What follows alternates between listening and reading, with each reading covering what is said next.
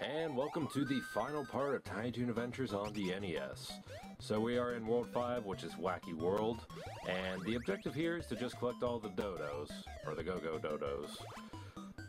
Yeah, I don't know how Go-Go Dodo split himself up so much, but then again, he always did that in the intro, if I recall correctly, so yeah.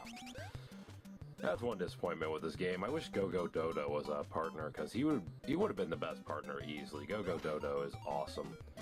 Him and Buster were always my favorite characters from the show.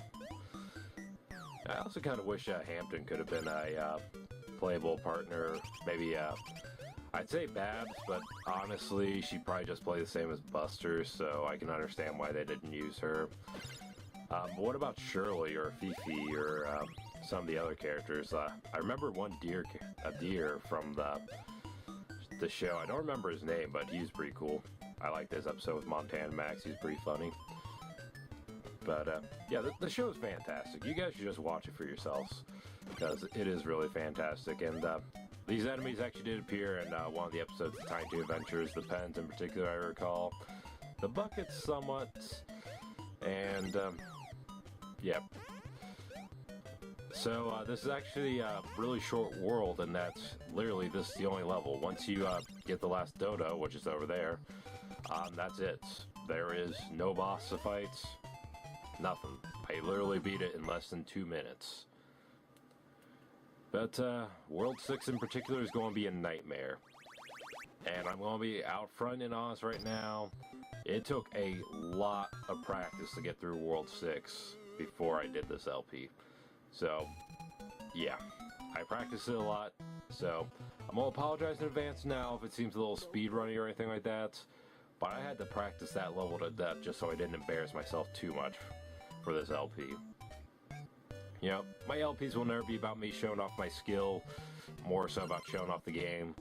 But, you know, I still want to at least look decent while I'm doing the games. You know, I don't want to look like I'm terrible. Though, to be fair, I am terrible at some games.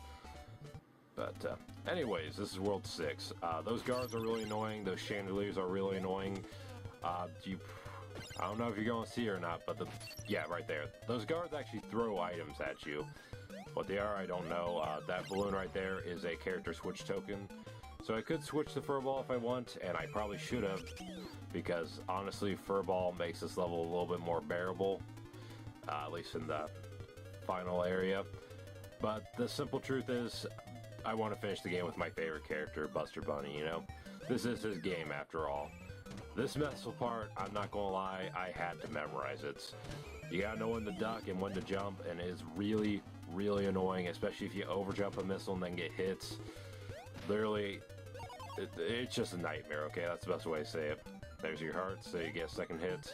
This part's not so bad, just jump over the Arnolds as they come by. And, yeah. So you're probably wondering, why should I have switched to Furball, you ask? Because of this section right here. His wall climbing ability makes this so much easier. You can avoid these platforms altogether, but again, crap. I didn't mean to hit my head there, I promise. Come on. Darn it. Get up there. Yeah, he makes this section a lot easier, but again, I wanted to finish the game with Buster Bunny. Not only because he's my favorite, but because he is the star of the show and the game, so it seemed only fitting. But here we go with the final boss with... So, yeah. Basically, Montana Max will appear in the doorways every now and then. He'll send out these coins and boxing gloves at you. All you want to do is jump off them, jump on his head, and that's it. Yeah. And that was a lucky final hit there. Don't let the video fool you. This final boss is a lot tougher than I made it look. That was just a lucky jump there on my part, jumping off that coin and onto his head. But anyways, we've rescued Babs Bunny. Hooray! And that's the end of the game. It's really that short. And here's our ending. Babs was safely rescued and Montana Max was punished. Rightfully so. Acme Acres has once again returned to its tranquil ways. Cool.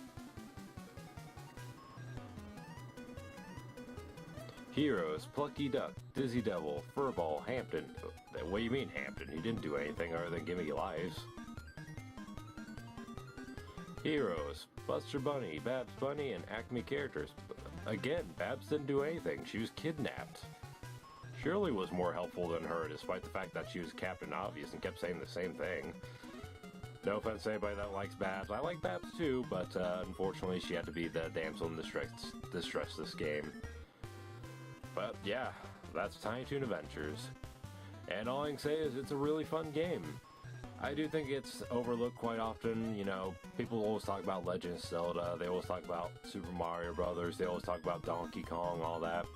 But nobody ever talks about Tiny Toons on the NES, and people always talk about Tiny Toon Adventures on Super Nintendo, Buster Bust Loose, but I don't know, I'm just not as much of a fan of that game. I have played it a little bit, I haven't finished it yet or anything, but I definitely prefer the NES version, personally.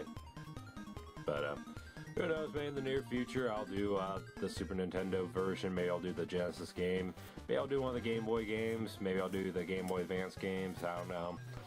I haven't played them all yet, but maybe someday we will do another Tiny Toon Adventures game.